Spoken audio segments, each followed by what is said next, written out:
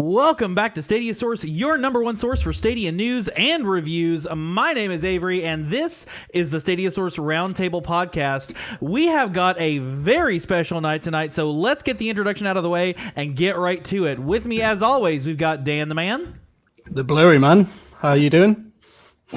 Dan the Blurry Man. We've got your original penguin, Adam, who is currently on mute. We are starting out fierce tonight, you guys. We've got right below him, we've got Dom. Evening, everyone. Continue around the circle, we got Lee. Hello. We've got F-Tendo Felix in the house. Hey, what's up? We've got Miles. Hey, y'all. Our little flower in the corner there. And returning, not guest, but new member of the Stadia Source team right there in that bottom box is Scarlett. Hello. So excited to have you officially on the team, and welcome to Podcast Regulardom. So glad to have you on there. Tonight is a very special night for Stadia Source because tonight is our first podcast ever hitting the awesome milestone of 1,000 subscribers on YouTube. Pew, pew, pew. So excited. We could not have done it without all of you. So we are so thankful to you for doing everything you do to help us get Stadia Source to be your number one source for Stadia news and reviews. Dan, would you like to say a few words of thanks to our viewers? Yeah, it's been an amazing journey, and I actually went back and watched the we hit 100 followers subscriber video that I did at the time, and man, did I look stupid in that. But it's just it's crazy to think that, you know, I mean, that was only a few months ago in retrospect, and I mean, 2020 has been a wild ride anyway, but I never thought we'd get to where we are, at least this quick anyway. So massive thank you to everyone that's been with us ever since the beginning, those that have joined us more recently. Every single one of you has been instrumental in getting us where we are today, and I can't wait to see what the future holds for Stadia Source. It's absolutely fantastic, and we really can do what we do without all of you. Saying hi to some folks already in the chat. Zero Games, good to have you here. Thank you for 65432 plays. You missed a one there. You're missing one there. Keith saying hi in the chat as well. So glad to have y'all with us already today. Let's before we officially get started, did you know you can get the Roundtable as an actual podcast? Search for Stadia Source on Spotify, Pocket Casts, Apple Podcasts, or wherever it is that you get podcasts. Also, if you're watching us live, we want you to be a part of the conversation. Say hi in the chat, as so many folks already have done. And if you want to be absolutely certain that we bring up your message during the show, use the super chat or super sticker feature, which will also help you show a little bit of support for Stadia Source. Let's kick it off, as we always do, with a bit of what have we been playing this week. So for that, we'll start in reverse order. We'll go Scarlett and go around that way. Scarlett, what have you been playing this week? A lot of Bomberman. I've officially become addicted to that game. And I'm still trying to 100% Origami King on the Switch. Very fun. I actually sold my Nintendo Switch today. It's gone now, so no chance. I'm all in on Stadia, other than the beefy computer that's coming next week. But other than that, all in on Stadia, mostly. Miles, how about you? What have you been playing this week? I haven't had time to play anything, really. Classes have started this week, so it's been really busy. But I've been trying to get a little bit of Fire Emblem in there, just like keep up with this and stuff. Fantastic. Dom, how about you?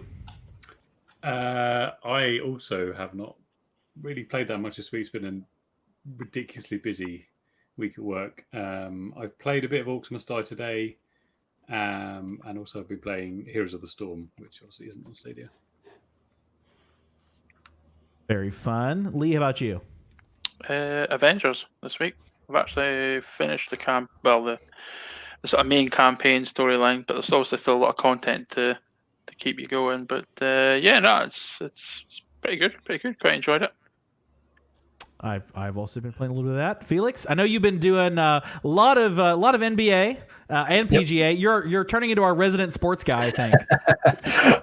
That wasn't by choice, but I'll take it. I do enjoy sports games. So yes, I am playing a lot of NBA 2K21 right now, and I'm also playing the Avengers, trying to get through that story so that I can finally jump online and play some online. Good stuff. Adam, how about you? I'll unmute my mic this time. I've been playing a bit of everything, but only to take screenshots, so then I can stare intently at the pixels. Whereas games that I've actually been enjoying, Hitman. Oh God, it brings me back to the days of playing Hitman on the PS2, and I can still remember the layout of the first level that you do on the PS2, the original Hitman. But yeah, no, it's been good fun. I've also been doing some Rock of Ages as well, because I've got to get that review out at some point. But yeah, that's what I've been playing mostly. You want to give us a sneak preview of your hot take on Rock of Ages? Because we've heard from other people in our particular organization that it might not be their favorite.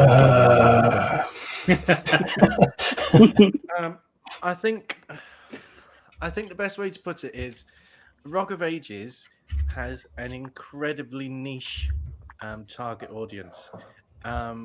They said themselves in, I think it was a press release, that the game uses very much Monty Python style humor. Now, this is going to sound sexist, but I'm actually quoting Family Guy here. Women don't like Monty Python. A lot of Americans don't like Monty Python. A lot of British people don't like Monty Python style humor, and Monty Python style humor is a bit old now. So I think that maybe Rock of Ages isn't the game for this generation of gamers anymore. That's my take. Yeah, I would agree with that. I think Felix is just shuddering inside with memories of his short time playing that game. I think that game is definitely. Adam, are you playing with controller or keyboard? Controller. Oh, okay. Well, you're on break mode, not make mode. You are a much better person than I am. Then continue with the podcast.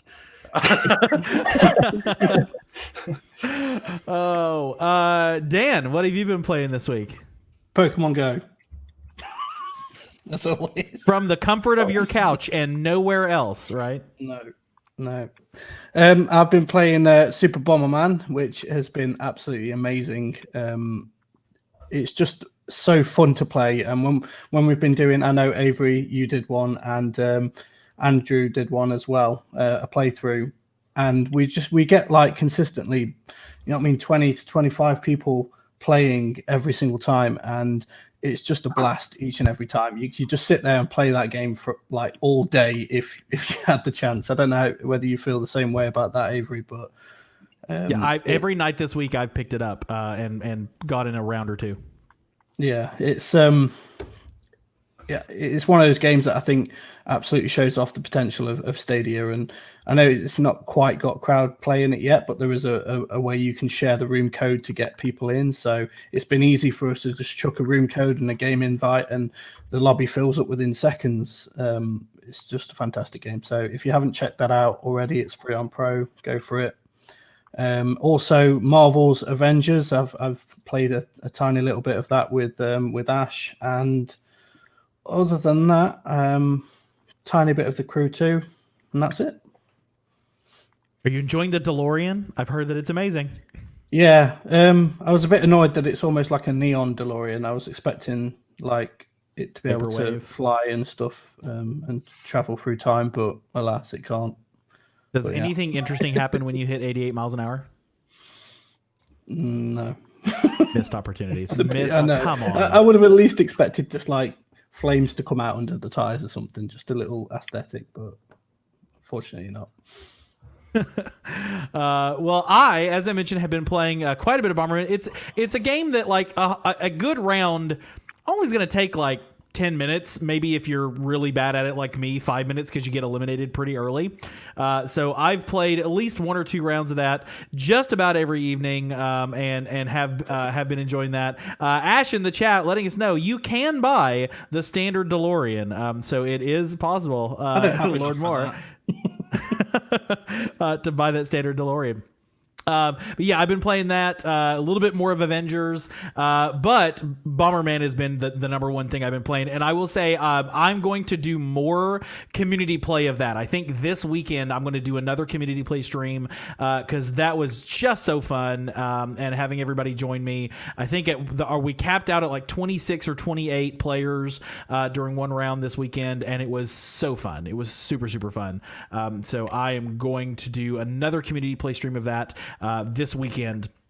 I know Eddie, I think, is doing a 24-hour stream, so I'll try to avoid that so we can throw some extra love over his way. But beyond that, definitely check out the Stadia source feed for that. So guys, it was a busy week for news this week, and today alone was a pretty heckin' busy week, busy day for news. Starting off with the Ubisoft Forward event. Those of you who are joining us having just watched that a short while ago, there was a lot of Stadia news, some exclusive Stadia news in there as well. We're going to get to each individual item that is of relevance to Stadia, but any general thoughts on the presentation and how it went, and is this kind of a good model for comparing like a Forward to a Connect? Anybody got some first thoughts on that? I think it just. Oh, sorry, Miles. Now you go. I think it was really good. I think it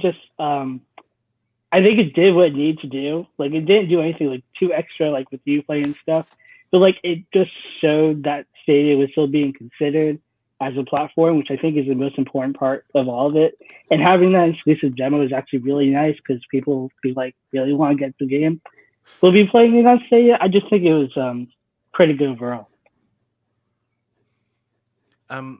Yeah. So my thoughts were actually I want to compare it to the EA Play. Was it EA Play Live? Yeah.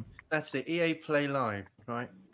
I thought this was a lot more polished and well presented with the pre-show. I didn't get to see any of the post-show, but it felt like a much smarter event, much more organized, more organized than I am. But yeah, no. Overall, it was great. I'm not interested in all of the games there. I'm going to be honest with you, but it is some great news for Stadia. And just the fact that there was a segment for Stadia, as I was saying to you earlier, the fact that there was just a block where it was just Stadia, big Stadia in the background, and that bold guy in the foreground, Phil Harrison. That bald guy. Hashtag random that bald bald guy guy. in history. A legend. That's the tweet for tonight, guys. Tweet hashtag that bald guy and share the link to our stream. I'm just so pleased that there was a segment just for Stadia, and it's brilliant because now the Stadia community is up. Now we just wait 2 days and it will go back down again. No idea what you're talking about there, Adam. Let's get in and talk about that, because that was probably the highlight of the show for me. Not only the game, but everything else we know about it. The game is Immortals Fenyx Rising, which is it's Breath of the Wild set in ancient Greece. That's exactly what that game looked like to me, from the art style to the parasailing but its wings, to the climbing up statues and riding the horse, and but I'm not gonna lie, it looked really cool, and I'm very, very excited about that. First reactions to the game itself, then we'll talk about the Stadia elements. So I'm big on mythology. I love mythology. I read all of the Rick Riordan books, Percy Jackson and all that. I've read all of the actual Greek mythology stories, Aesir's fables and stuff like that. And so when they first started showing it, and they show Fenyx, and she looked pretty cool. I really liked how she looked, but we get into Prometheus, and he's all chained up, and we got Zeus in there, and he's all big and macho as always. But then they delve into the different areas, how there's Aphrodite's garden and stuff. And it was so cool, because when I read, I see it in my head. And so seeing this game was almost like seeing some of the things that I've read actually out there. And sure, we've had movies and TV shows and everything, but having this in a game, beyond something like Odyssey, it was so cool for me. I was a little nerdy geeking out and kind of giggling the entire time. It was great. Fantastic. Felix, what were your thoughts on it? As someone, so when the Switch first came out and Breath of the Wild came out, 2 days before that game came out was Horizon on PlayStation. And I tried to rush through that game, and then Breath of the Wild came out, and I absolutely completely ignored Horizon once I was done with my 200 hours of Breath of the Wild. I've never touched it again, and I've always wanted to go back, but this looks like something. This looks basically almost like a spiritual successor to Breath of the Wild. I was super excited just watching it. I'm not a big fan of the name, but I think Gods and Monsters was a better name. But still, the aesthetics of the game, like you said, it was almost a carbon copy of Breath of the Wild trailer. From the gliding and the climbing the mountains and the gods. But it looks incredible. It's more than likely a day one purchase for me. I'm looking forward to it. Or even a pre-order, which you can now do. Yep. Immortals appears to be the first legitimate pre-order title. We've had these pre-orders where you're pre-ordering it, but you're getting stuff now, so they're kind of sort of just unlocking things. But today on the Stadia store, you can actually put your money down and get absolutely nothing, which is the first time we've had that on the platform so far. Lee, I know that you have beleaguered the lack of actual pre-orders. Excited to see that this seems to be another step forward in the platform? Yeah, definitely. I mean, we got it with Destiny, and then Hitman 3, I think it was the other day. But as you say, right now it looks as though we're getting, genuine pre-orders for games that we're not going to get anything for until the day they come out. So it's a natural progression for Stadia. It needed to happen, and then hopefully, fingers crossed, it's going to continue to happen with more games popping up on the store for pre-order. Yeah, I think that's one of those steps that Stadia has to get past, because you're going to have all these studios that want that money, they want the bank now, but it also helps them to gauge interest in the game and make sure that you're going to hit certain sales targets and all those kind of things. So it was kind of a necessary step forward for the platform. Yeah, lets people budget as well. If people are working on tight budgets, if they can say, right, I want this game, I've got the money for it now, so pay for it now, get it pre-ordered, and then I know when it comes out, it's going to be there ready for me. Right, and I know that we've got exclusive that that bald guy, hashtag that bald guy, that came out was Phil Harrison, Vice President of Google and GM of Google Stadia, who was announcing what may very well be the very first major partnership release that we've seen, or it's certainly the first time that a Stadia representative has been so forward, pardon the relevant pun, in a Stadia, which was Stadia is going to be the platform for the demo. If you want to play a demo of this game, it's going to be on Stadia, and it's open to anybody with a Gmail account. So not just Stadia Pro members, unless by having a Gmail account they mean you could totally sign up for Stadia Pro, which we'll find out. But it should be open to anybody with a Stadia Pro account, and bada boom, you get your free demo. Not only free demo, but exclusive Stadia location, a whole island they built just for us in the game. I'm excited about that. Anybody else is like, oh, that was kind of awesome. Well, Yeah, it's a big. Go ahead, someone else. I was just gonna say, Stadia was the only platform in the whole Forward that got something that was exclusive to that platform, and it was the only platform that had something where it was only about Stadia. I'd say, like, when Phil Harrison came out, I was watching it and let out a little whoop, and my other half was like, what are you doing? I was just like, it's the bald guy. But yeah, like, it's I'm hoping that they actually do quite a substantial demo and it kind of shows off everything and it's not just like an afterthought kind of thing. Excited though.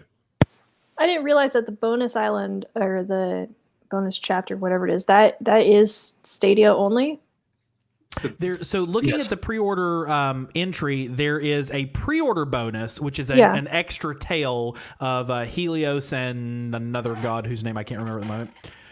And then what they mentioned today is an exclusive island built just for the Stadia demo, separate from the main the main quest.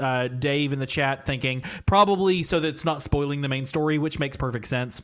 So it's going to be its own little standalone thing, but you're probably going to get a lot of the mechanics of the game through that, if I had to imagine.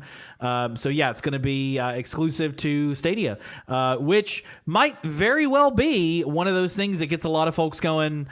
I hate to put it this way, but they might go, okay, I'll try Stadia because I want to play this demo, and then they go sign up and. Bada boom! They know this is actually kind of cool, and it really works for me. And what is this other stuff's on Stadia Pro? And it becomes a really easy entry point for folks to get in there. Well, I had to correct 2 people on Twitter who thought that they just tweeted going, "Oh, did I hear that correctly? That Immortals is going to be a Stadia exclusive game?" And I was like, "No, it's just an exclusive demo to Stadia. The game is coming to these platforms. Don't worry."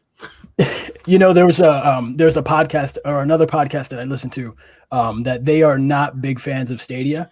So I kind of see a slight missed opportunity. I was watching their live stream of the Ubisoft Forward, and when that popped up that Stadia was getting a demo and an island for itself, they said, "Oh man, I hope that was available right now." Like I hope they were saying that it was available right now.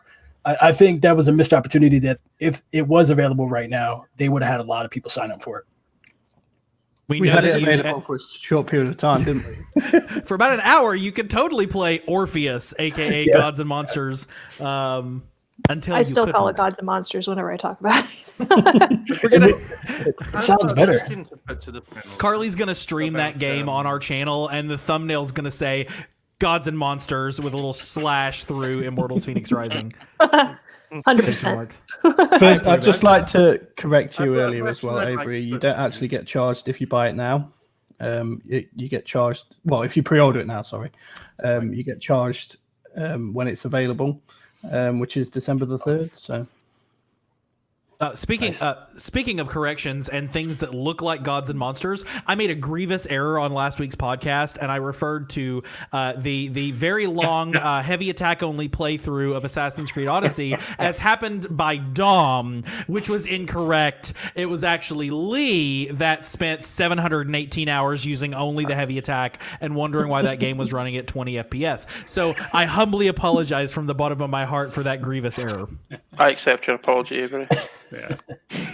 There are worse things that could happen than being compared to Dom, or Dom can be compared to Lee. Either of you could have been compared to me. Exactly. You don't realize this. I went through that whole game doing a heavy attack for the entirety of it, I did not realize there was a light attack until like the second last mission of the game. That's an epic feat on its own. Just retroactively say playthrough of Odyssey, heavy attacks only. Can he do it? Yeah. And there you go. That's one It of was those a like weird challenge challenge stream. things that people do now. Did you pop an achievement at least? No. 7,000 heavy attacks. I You should did have. it. Specifically an achievement just for Seriously. Dan's gonna do a walking only stream of Avengers. He's slowest stream possible. Power Yeah, boost. someone said I- afterwards, you can run. I'm like, now you tell me. Yeah, I did.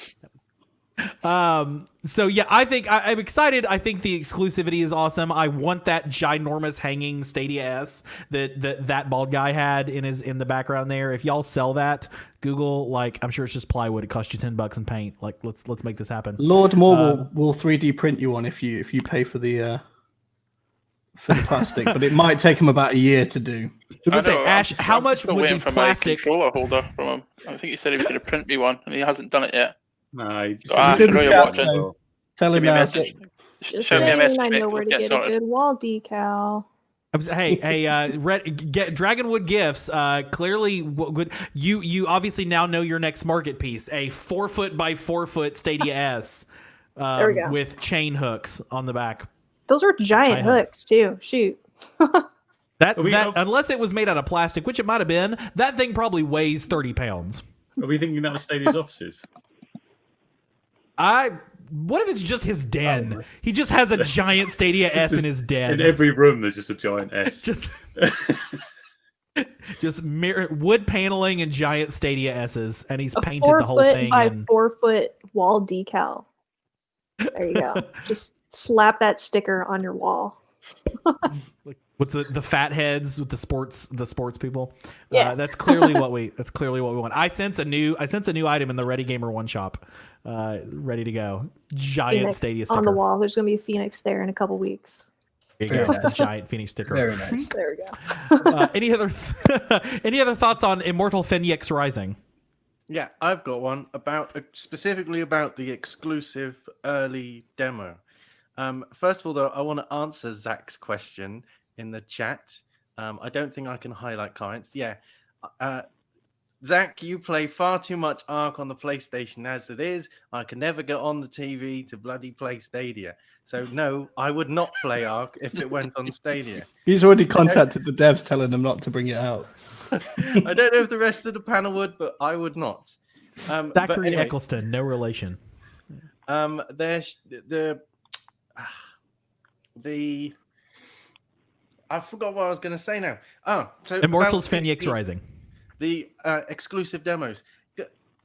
The first thing that came to mind when I heard that we are getting an exclusive demo was Cyberpunk came to mind.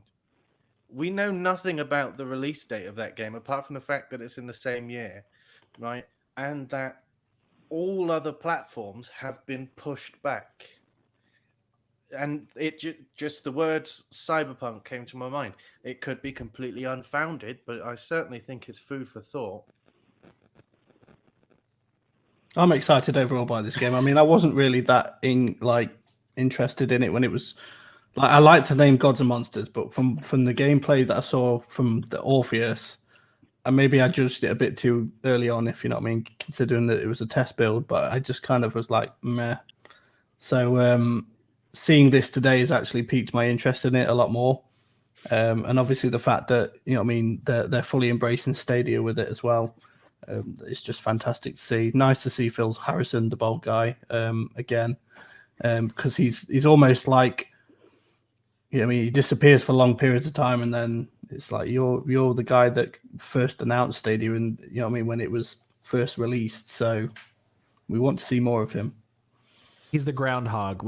If we see Phil Harrison's shadow, it's 6 more weeks of This Week on Stadia posts. They didn't say, give a date of. I know they didn't give a specific date, but they didn't say when that demo was coming out, did they? No, later this year. Later this So year. I'm guessing it could be earlier than release. It wouldn't do them too awful much good. November, Yeah. because everybody mean- else is doing their November stuff, so Stadia doesn't want to be forgotten. So I'm betting November. Yeah, that'd be a good shout. It'd be a big. I'm kind of like wondering, ahead, like, Miles. how much of a technical showcase like this game is going to be for Stadia, like to have its own.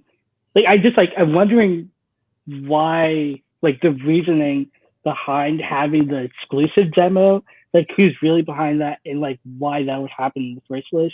And I think it might be because it might be a lot. I don't know how to say it.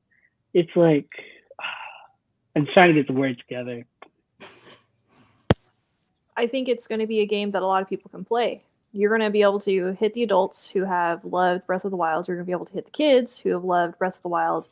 The adults who have also played Assassin's Creed, because we got a lot of those aspects in there as well, with like the hawk, and then you got like your nav bar on the top and everything like that. I think this game is actually going to hit a lot of different markets, both age, both gender, whatever. And that's going to get a lot more people interested in coming in to try, because they're going to try this demo. And like Avery was saying, that's how you hook them in.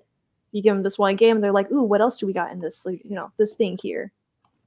Don't forget that they don't have to install it and download it. Is that what you were going to say? Yep. This is the one-click demo that we've been waiting for. All-Purpose Champ joining us in the stream, making it a good, a nice 9. Anthony, glad to have you. Thank you, guys. So this is the one-click demo we've been waiting for. Stadia has always needed some game for, if you go to stadia.google.com, there's a play now button right there on something that's entirely free. No credit card needed. Try it now. Enter your Gmail address. And that's all you have to do. That's the thing that we need. That's one of the things that we need to take the audience growth to the next level. Some mechanism for people to just give it a shot without having to put their credit card in and without having to sign up for Stadia Pro. And what is the Stadia Pro thing? And you mean I have to pay to get to play Stadia? And all that stuff just goes out the window when it's, oh, I can try that Gods and Monsters game. Click, and then you're just playing. Absolutely, yeah. Just a quick one. I just want to give a shout out to my nephew who's in the chat. Hi, Tyler. I see your comments. We're not playing games, unfortunately, tonight. We're just talking about games, but yeah. He's only young, bless him, so. Miles in the chat sharing his thoughts about the game being a true visual showcase. I agree with you on that, Miles. It's a good looking game, and it'll certainly give us, if it's the cell shaded goodness of a game like Breath of the Wild. Is definitely something that we could use. I mean, there's good looking games on the platform all around. Avengers looks fantastic, and I haven't even played it in 4K. So I have. Anthony, it's awesome. Did you get a chance to watch any of the Ubisoft event today? I just seen a little bit, but I actually got to vicariously watch it through you guys' excitement in the chat. So everything you guys were saying, I was pretty much reading it. So I only seen a little snippet of it when they showed Scott Pilgrim versus the World, which I was a huge fan of. But you guys pretty much relayed everything to me as I see all of you guys like, oh my god. So. Yeah, one of these days we'll have to do a lot of folks do the group play or the co-streaming. Go check out the Stadia Initiative did one today with Eddie and Meg and Chase and all those. So definitely worth watching, if only to see Chase and Meg's facial reaction to Phil Harrison stepping out. I was just like go check out that stream, if only for that. But we should just do a Slack thread where we put the Slack thread over here and just watch the group chat as we're like, what, Phil Harrison, and to be careful what we type in there.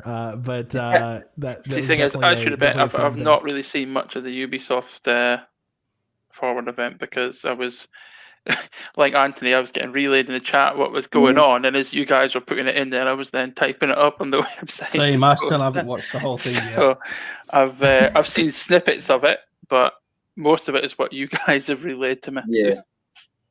And if you didn't watch the event, head to stadiasource.com, your number one source for Stadia news and reviews, where you can read amazing articles from our staff writers and news managers all about the event that we had today, and more on our Twitter feed at StadiaSource if you're not following that. Yeah, super exciting game. And other exciting games, as soon as this one started, and Anthony, I know you're excited about this one, there is a chiptune band called Anamanaguchi. And they do chiptune rock, and it's super, super fun, and I listen to them. And this trailer kicks off, and I'm like, I know that song. It's Anamanaguchi. And then I looked it up. They're the ones that did the soundtrack for Scott Pilgrim versus the World, the game, of which we're getting the 10-year edition this coming December. We're getting the 10-year edition on that. Anthony, you said this is one of your excited games that you're looking forward to coming to the platform. So when it came out on PlayStation 3, way back when, I played that game so much, put so many hours into it, and then I guess they had some legal issues, so they pulled it. So if you didn't purchase it, and if you didn't have it downloaded, and you let's say you downloaded, deleted it, and was going to purchase it again from the PlayStation Store, it was gone. And when Streets of Rage just came out recently, me and my friends said, "Man, they had a Streets of Rage. When are they going to do a Scott Pilgrim versus World? I'll take just the old one and all the content." And literally what they announced today was what my friend and I months ago said we wish they would do, and on Stadia. So yeah, The universe provided. yes sir. Put it out in the world, you get it back. Yeah, I think this one looks really fun. I never played the original one, but it does kind of have that like Final Fight, Streets of Rage, like any Super Nintendo side-scrolling brawler kind of feel to it. Yeah. Anybody else excited about Scott Pilgrim? Definitely, and I know quite a few people that are going to be excited, like people that I'm friends with and people that I've known. They are going to be so excited for this game. I played it quite a bit in the past on the Xbox, but I really enjoyed the film. There was a few people that didn't know what Scott Pilgrim was. I think there was in our chat as well, actually. But yeah, it's a decent game, and all the more better for being on Stadia. So. Hey, a big shout out to Josh Waring with the $5 super chat. Shout out to Tony Stark Jr., a.k.a. Anthony L. Lewis, the all-purpose champ, with the cowboy hat in the emoji, of course. Got to have that hat on. Thank you, Josh, for that shout out and that super chat. Thank you. Thanks a lot. Any and all support is a super, hit that super chat, those super stickers, and we will absolutely give you a shout out. But we're so happy. And hey, watch us for free. We're happy with that too. We love it when you guys are here. But yeah, Sex Bob-omb was his band name in Scott Pilgrim. If any of you have not seen it. So it was a graphic novel that got turned into a comic movie with Michael Cera and Mary Elizabeth Winstead and a bunch of other people. A bunch of them. That kind of feels like a video game, like you're watching a video game when you're watching it. There's all these Easter eggs hidden in it all over the place, and then of course the whole thing is about him trying to get with this girl, but having to fight all of her ex-boyfriends / girlfriends first. I'm like, go on Tinder, man. There's so many other people. Like, you don't have to brawl for her. Like, anyways. Okay, though. In addition to that, we got a new trailer for Watch Dogs Legion featuring Stormzy. I will be the first to admit I had absolutely no clue who this person was, but all the Brits in the Slack chat were like, "What? It's Stormzy!" So somebody explain to me. Somebody explain Stormzy to me, and for all of us Americans who have no idea who this person is. Yes. Stormzy's he's a huge rapper in the UK. He did Glastonbury, which is like the UK's biggest festival. Last year he headlined, which is quite unusual for a rapper to be there. So for Stormzy to headline, it was quite a big deal. And he's very anti this current government. So it's interesting that he's taking part in Watch Dogs, which is quite political and stuff. But yeah, hyped. It's cool. He's in the game. Yeah, they showed his mocap recording his performance, and even that kind of stuff always super intrigues me because I find all the techie stuff underneath that, and Adam, I know you're in the same boat. Like, we're like, show us the tech. I want to see the tech. And so to watch him doing his movements and then to see the character doing the exact same movements was just weirdly nifty to me. Okay, I'm confused. Is he just doing the music of the game? Is he got a mission? Is he a playable character? What is he? You see him. He's doing a concert in the game, apparently. Right. Yeah, Got you. you can see him in the game. Got you. But I mean, the whole thing is you can bring anybody in the world into your crew, so maybe you can actually like recruit him. I don't know. Total speculation. Who knows? Okay. I know we've talked quite a bit about Watch Dogs over time. Anything else in today's trailer that got you excited for this game, which is coming out very soon? Sounds like a no. All right. They're bringing back Aiden Pierce, aren't they? He's going to be the character from a previous game. Yeah, the first DLC pack as part of the season pass. He's going to have like an exclusive mission timeline, so that should be pretty cool. Just to check, so Stormzy will have a mission named after his track "Fall on My Emily's," which you'll be able to play. Okay. So that's pretty part of some mission that you do. For me personally, I played the first one, and it was okay. It wasn't great. I picked up the second one when it was on sale, but I've never played it, and that one got really good reviews. A lot of people did enjoy that one. So I mean, I need to go back and actually play that one, and that'll kind of set my expectations for this third one. But the first one, it was a little lame for me. Yeah. And the first one, I got bored of it quite quick. I really enjoyed it when I first played it, and I was like, yes, this is really good. And then it just got quite boring. Yes. And I just drifted off of it. Yeah.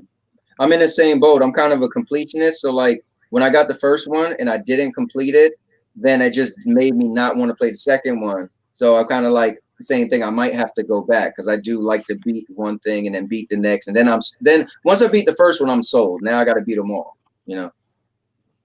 I think one of my exes actually bought me the first one, but I was too invested in Destiny at the time. Mm-hmm. And like she bought it me as a surprise, and I was like, thanks, but I didn't actually want it. So I think I didn't like it because part of me begrudged playing it because I wanted to play it to obviously show my appreciation at the fact that she'd gone out of her way to buy me a game. But like I said, I was sitting there like secretly thinking, well, I need to do the raid on Destiny this week, and you know what I mean. So, but bless her for thinking about me though. Never look a watchdog in the mouth or gift dog. I think Destiny ruined a lot of games for a lot of people. I played it for like 5.5 straight years, and anything came out within that time didn't get much attention. Maybe I would have beat a game real quick, and like when God of War came out 2018, it was game of the year, right? I played, beat it, and I was done. I wanted to do more, but I had to be back on Destiny. So I agree. Apart from Sonic Mania in my life, until the last year or so, has just been Destiny 2. I mean, my brother was invested in it. My dad was invested in it. My friends were invested in it. It was just like, that's all I played really. So, and Pokemon Go. Oh, and Pokemon Go, yes. Another game hitting the waves, or hitting the dirt. Riders Republic. So this one kind of came out of nowhere today, and when I saw it, my first thought on it was, this is the Crew 2, but for X Games stuff. It's dirt bikes and motocross and parasailing or paragliding and skiing and all of that kind of stuff, but in like a kind of an open world-ish look to it, very similar to like if you did the Crew 2 missions but you only played in the woods, is kind of what I got the feeling of on that. But it certainly looks super fun. The trailer was all very hype and indie kind of feeling. Anybody saw this was like, what? I didn't get around to it yet because, as I said, me and Lee were writing everything up. So, I did actually. You did the article. Yeah, I did actually. I took a while on this one because I kept rewatching the trailer and just thinking, what's going on? It looks like, I don't know if any of you played Steep when that came out. The snowboard and skiing. One? Yeah. It looks like Steep, but they've added bikes. But I mean, I enjoyed Steep. I did really like that game. Played quite a bit of it, so I'm excited for this one. I think it's gonna it looks really good. And a big shout out to Stadia Go. That was one of the best Stadia handles I think I've ever seen. Stadia Go to That Riders is Republic awesome. looks insane. It certainly does. And Dave, hope it's crossplay. Agreed on that one. It looks like, particularly at the very end, they showed a dirt bike race that looked like it had 150 people in it. I think on their website it says 50 people. Yes, 50 players for... Now, they say next gen, so I don't know where they're placing Stadia, and that says 50 players for next gen, 20 for current gen consoles. Mm. So I don't know if it where is Stadia is crossplay, going to then you'll fit. be bundled according to You would generation. think being cloud, they could do the 50 easily enough, you would imagine. But One thing I want to touch on real quick is, so when we talk about Stadia, I don't really look at it as current gen, right? Because if you think of, again, I know it's weird to use teraflop, right? Because I know the whole computer thing, but when you look at it, right, the new systems, the Xbox Series X is going to be 12 teraflops, right? And the PlayStation 5 is 10.28 and Stadia is 10.70 or 69. So I feel like already it should still, it came out way after current gen. So in theory, Stadia should be able to should be capable to do some next gen stuff, if not a lot of it, right? In theory. I've said in a past video that I think Stadia is it's current gen, it's next gen, it's future gen. Like it's just gen because surpasses all gen. Yeah, it is the zen of gen. Is it just they've said they're going to upgrade it and stuff in future, and like it's not limited by what you've bought, right? In theory, it just keeps going and keep growing and growing and growing and growing. So, that's why I remember having the discussion we were talking about this. NBA 2K21 did this graph where they put in Stadia in the current gen thing, and I remember saying like it's both. Like it's right. Yeah, it doesn't fit into one of those categories, so I guess they kind of just bundle it in with current gen because it's out now. I think people are just making the distinction that next gen doesn't start until the PlayStation or the Xbox release, like the new ones. I think one interesting thing to look at for this will be when Assassin's Creed Valhalla comes out, because they've already said, Ubisoft have said that will be 4K 60 on the Xbox Series X. So it'll be interesting to see what it does on Stadia, whether it's going to be a 4K 60 or 4K 30, like I think Odyssey's 4K 30. I mean, it'll run slowly no matter Right, what. Adam, if all you're talk using to is me, the Adam, heavy you know. attack. But Adam will have to get his magnifying glass out and he's gonna get his list out. Counts. You'd think though that like these big games that are coming out of Stadia would have already thought about in the future and said we need to make sure these games are running similar to what the next gen consoles are running. And certainly we're seeing, even after a game gets released on Stadia, it can continue to get the updates. Elder Scrolls went to 4K, and we've seen other ones go from 1080 to 1440 or 1080 to 4K. So it doesn't seem to be something that studios are one and done. It's all you ever get is what we get. There's still patches that happen all the time. I think Bomberman got patched this week, even though I haven't seen any evidence of it or any posts about it, because suddenly now in the Grand Prix mode, if you are down to 1 heart, you flash red, and you didn't do that before. So something's changed there in the game. So what does NBA 2K21 run at on Stadia? Is it 4K? Adam, have you done your pixel count? Yeah, to answer Lee's question, Assassin's Creed is 3K 30. I think it's the only 3K 30 game. Let me have a quick look at NBA. So I haven't got a frame rate for that, but I've pixel counted it to be 4K. I think the NBA 2K20 was 4K 60, so I imagine 2K21 is also 60. It feels 60. Okay. They went down to 1080p 30. That was a new game that was built when Stadia had already been announced. Yes. You know what I mean? So it wasn't a port to an old game. I thought it was like a carbon copy of the previous game, or is that a different? All of those yearly sports edition games basically are, because you can't develop a brand new game. Yeah, they use the same engine until they upgrade the engine, so like every 5-6 years or whatever. And they introduce new features and a new roster and blah blah blah. Unless you're WWE and they've got the same engine that they've been using for like 20 years or something, haven't they? That's why they had all the problems that they did. Yep. And a 64 engine. Well, that one's good. Other games, one other thing that kind of might be Stadia related and might not. It's another one of those Apex Legends shenanigans. Prince of Persia Remake got announced today. Looks super cool. The graphics still look like they're a little 2003, but hey, it's alpha footage, so I'm sure it'll improve from there. And Ubisoft France posted a tweet about it in which they mentioned coming to blah, blah, blah, blah, blah, and Stadia. And then took the tweet down, and all of the press materials that went out today for Prince of Persia did not say Stadia. So the same thing has happened before. Apex Legends initial promos during the EA event earlier this year said blah blah blah blah blah plus Stadia, and then they pulled it and retracted it. Do we think this one is another one of those, like, we're probably gonna get it but they're not ready to tell us, which is weird in a stream full of things they're already announcing for Stadia, including games that haven't been out yet? Lee, you seem to have opinions on that. Yeah, I think it's going to come to Stadia. It is Ubisoft France official Twitter account. They've got information. All these Twitter accounts for Ubisoft are probably singing from the same hymn sheet, so to speak. They would have had information to say it was coming to Stadia, but then I'm assuming whoever took charge of that account put it in there by mistake when they shouldn't have. So I think it will come to Stadia, but probably just a little bit later than January. And Stadia they probably just want to announce it themselves at a Connect or. Did they give a release date? Yeah, January 21st, I think. Yeah. Do we think maybe it'll be bundled into Uplay Plus or something? It could be. It could be. I mean, as you said, Uplay Plus is coming.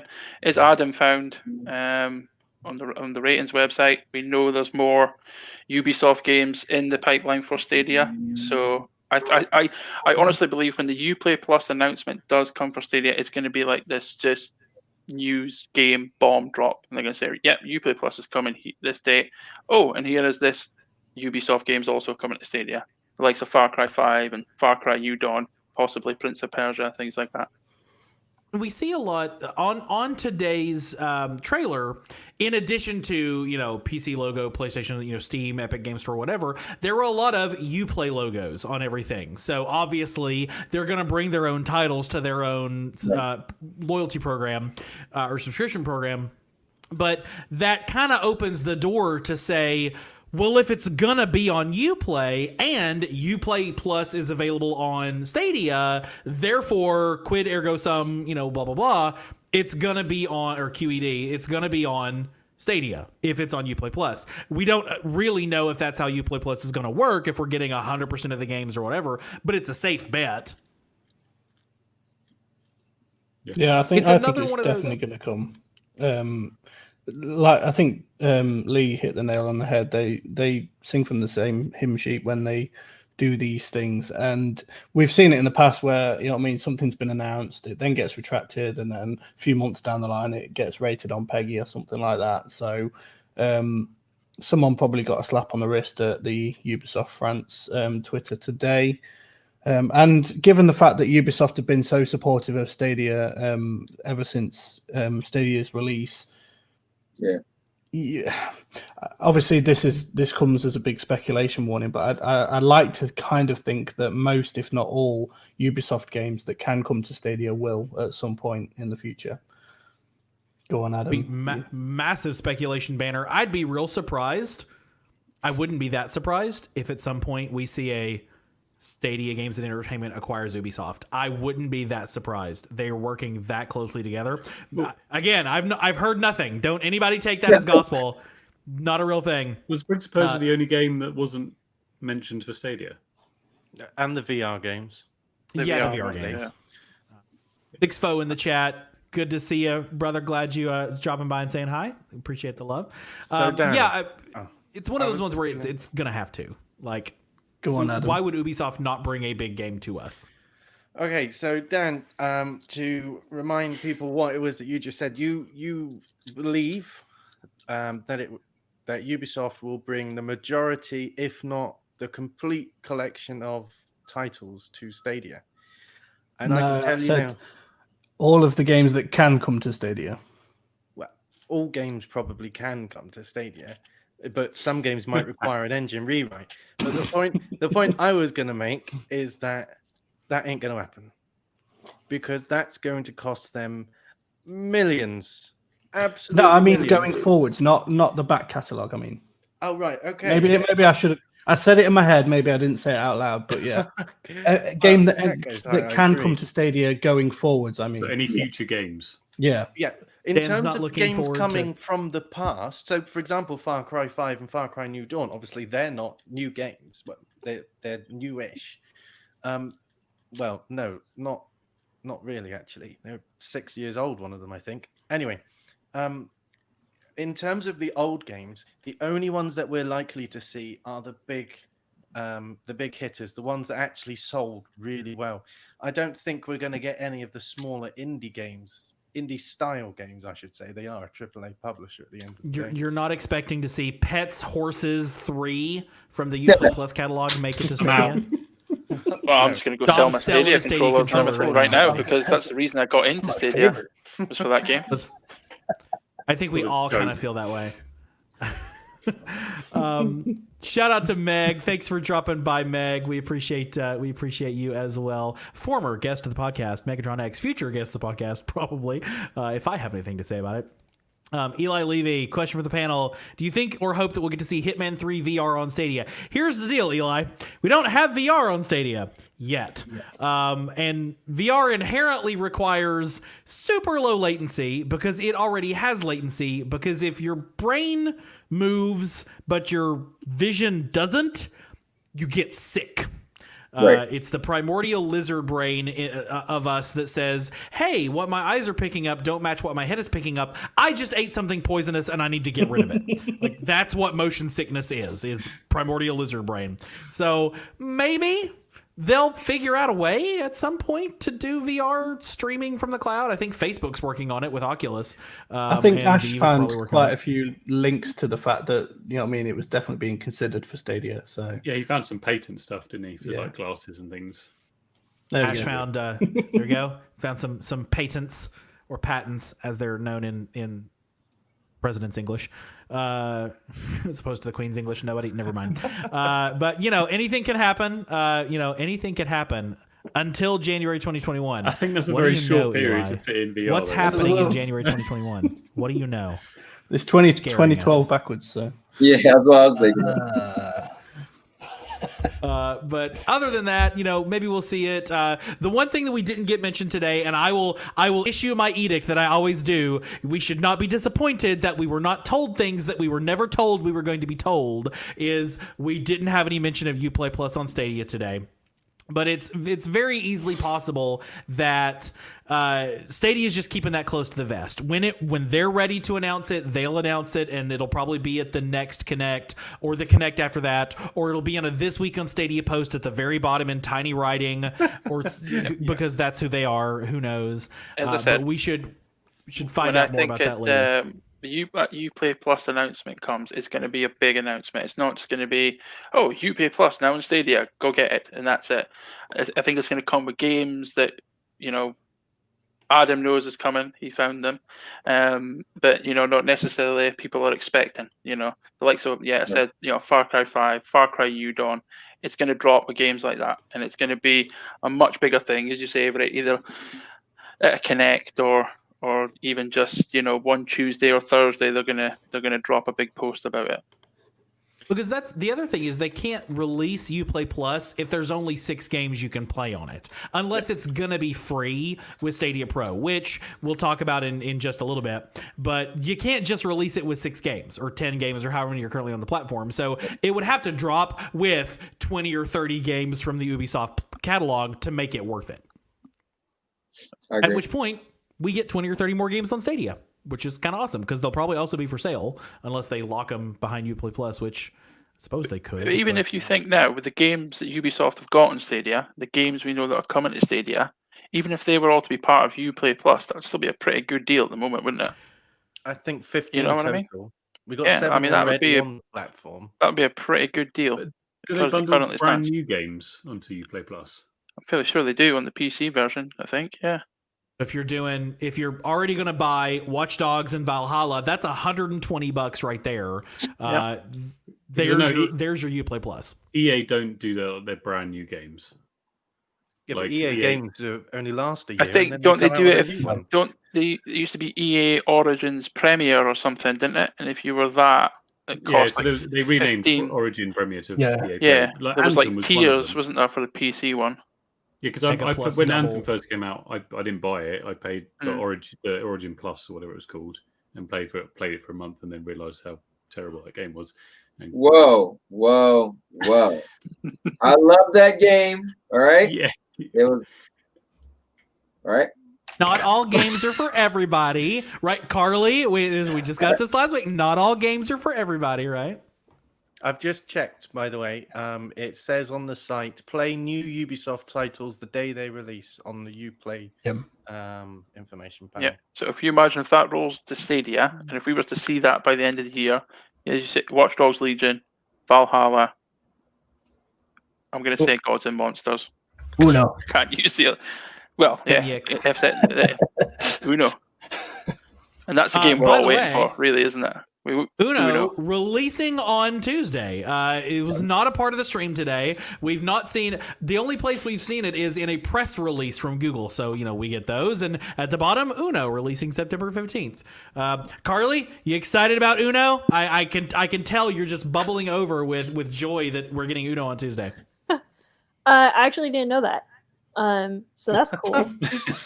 By the way, I'm killer at Uno, and I've played Killer Uno. So let's play some Uno.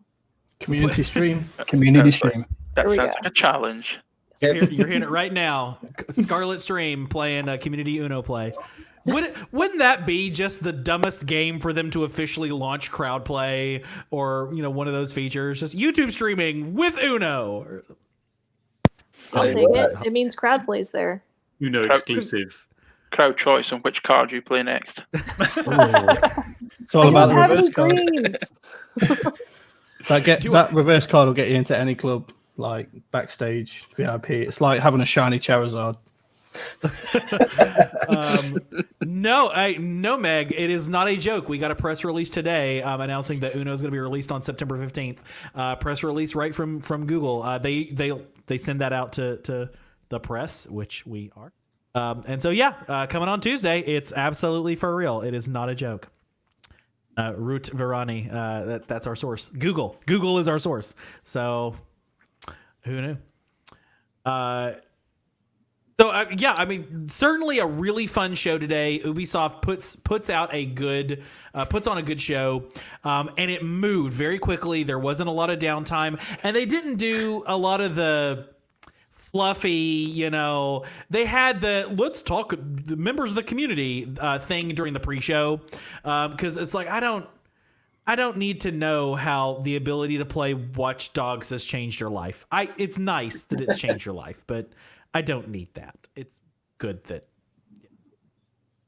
but it was definitely a good show. And yes, Google is a pretty solid source, Meg. Not always. Granted, not always. But usually they're a pretty solid source. One last thing that did not... Sorry, go ahead. Do you think Uno might be a pro game? Shadow Drop pro game on Tuesday. No. It'll either be pro or it'll be like $7. I think like Monopoly, it'll be really cheap though. No, like a big Ubisoft game will ever go pro because of Uplay. Really? It devalues the subscription service. Yeah, So they'll you have a point. never That's a allow- good point. That's a good point. And we They'll haven't never seen allow any. We've seen free to pro. sales on almost everything in the Ubisoft catalog. At least something of theirs is 50% off most of the time. But we haven't ever had a Ubisoft game on pro, have we? Darn it! I've been hoping Odyssey was gonna go to pro. If Odyssey ever goes on pro, it's because they just released the third game coming in the future, Assassin's Creed Space or whatever. And then 3 games ago is Odyssey, and that's the one that they put on pro. But stranger things have happened. Speaking of Assassin's Creed, fantastic segue there, Anthony.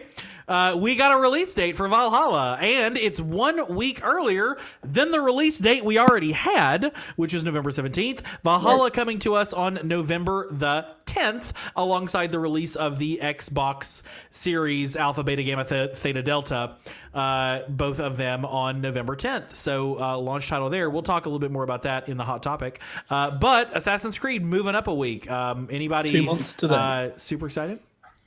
Hell yeah. Means you can stop playing Assassin's Creed Odyssey now, doesn't it? I've been waiting, exactly. That's what Lee's I've been gonna waiting do for this since one I've finished Assassin's Light Creed attacks Odyssey. only.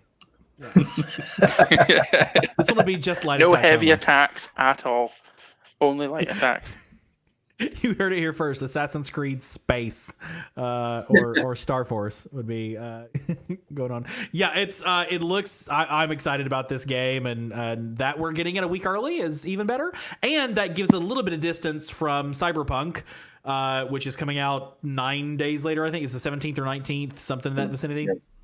Yeah. So I think the Well, only thing for me will be We you don't got it. know that it's coming to Stadia on the 17th or the 19th. it's coming out. When it is coming out for us, we don't know yet. But Don't ruin it Lee's stream. is coming out. Lee, go ahead. You had something else on Yeah, that? no, I was going to say the only thing is obviously with Watch Dogs Legion, I think is the very end of October. Is that right? 29. And then so of course there's only like a little bit of time between that and Valhalla, and then very start of December you've got Gods and Monsters or Immortals, Fenyx Rising, whatever you want to what name you want to go down with. So several weeks right in a row that are so some very big games, packed. some very good games coming out. So it's going to be a good few months. Well, starting at the end of this month. Dead by Daylight. Yeah, end of September. Oh, yeah. I was thinking Baldur's Dead by Gate, Daylight but stream. Dead by Daylight. All right, Killer yeah, Uno okay. and actual killers. It's bad. I keep forgetting about Baldur's Gate 3. I know I shouldn't, but I do. I keep forgetting it's due this month. Well, it is due this month, and not only fantastic segue, Lee, is it due this month, but it's coming with crowd choice on day one. So it's been officially confirmed on their community update on Steam that we are getting crowd choice day one on Baldur's Gate 3. And I called it Baldur's Game. Apparently I can't type. I've merged Ender's Game and Baldur's Gate together somehow. Oh, wow. I'm just going to get rid of that. Those of you who are listening on the podcast, you would have never known had I not said it out loud. They did also send out the Larian Gazette with The an Larian email, Gazette. and it had I'm then not subscribed to details that. of crowd choice in there. Oh, very cool. It wasn't just on Steam. That's how I found out And- about it. So day one crowd choice officially. So that begs the question, are we getting crowd play or YouTube streaming at the same time? We've seen the interfaces thanks to Juggernaut and Random Gamer and another crowd play streamer. Intentionally said that way. We know that the interface is there, and right now you basically just put in, if you're watching us on YouTube right now, at the end of the URL is a little scrambly letter stream that it's in the show notes, and I can't see it. It's 7HQQXTJWI8, and if you were to put that in a crowd play streamer's Stadia link, then that would hook up their Stadia to YouTube for that particular stream. So we know that the tech exists. The question will be, is crowd choice still going to require that? Which would potentially, it's going to limit it to streamers only until people, because most people don't know how OBS works. But it could be that this is the day we finally get YouTube streaming, if not before, or the day that we get crowd play, or both. Can I also just say they differentiated what the difference is between the Stadia integration of crowd choice and Twitch's. So in terms of Twitch, the options in dialogue will have numbers, and then the Twitch chat will have to write in the numbers, and it then gets those numbers and puts it in. Whereas from what I understand, the YouTube is like an option that viewers click. So it'll be like a multiple choice that we choose. That's pretty cool. Right, so that's from what the Well, Larian Gazette says. There's different ways as well, isn't there? Because I'm pretty sure as well when they announced crowd choice, one is the way that you just said as well, but another is where people type stuff in the chat and it kind of counts the amount in the chat. So What that during their last the panel from hell, they did it that way because they weren't showing the actual crowd choice feature on screen. So they're like, type Jeff Keighley, type on the chat, and I don't know why that's my Jeff Keighley impression. But everything that I've seen on crowd choice is you get a poll on YouTube as opposed to you have they're to both type they're two both in the there. chat. They're both available. Is it both there? Okay. Yeah. So, if it's literally just you're watching the chat and then suddenly a poll pops up in the chat, that's going to be super useful and handy. Or maybe it'll pop up over your stream or whatever else. We won't know until sometime on or before September 30th. Until Juggernaut shows it off. Till Juggernaut, yes. But, I mean, that's 2.5 weeks away, right? 3 weeks away is when we... 3 weeks away is when we... We'll finally have this major landmark marquee feature of Stadia released to us. If not before, if they drop it into This Week on Stadia. Oh, by the way, crowd choice is totally a thing now on Dead by Stacks Daylight on Stacks on Stacks. Dead by Daylight is supposed to be coming this month. And It is supposed to be coming this it's month? having crowd play and crowd choice. Whether it will So be that's in another when one they where theoretically, if crowd choice is live for Assassin's Creed. Baldur's Gate. The game we're talking about right now. Why is it gone from my brain? Baldur's Baldur's Gate. Gate. Wow. Baldur's Game. Baldur's Game. It just left me. You got this, man. You got this.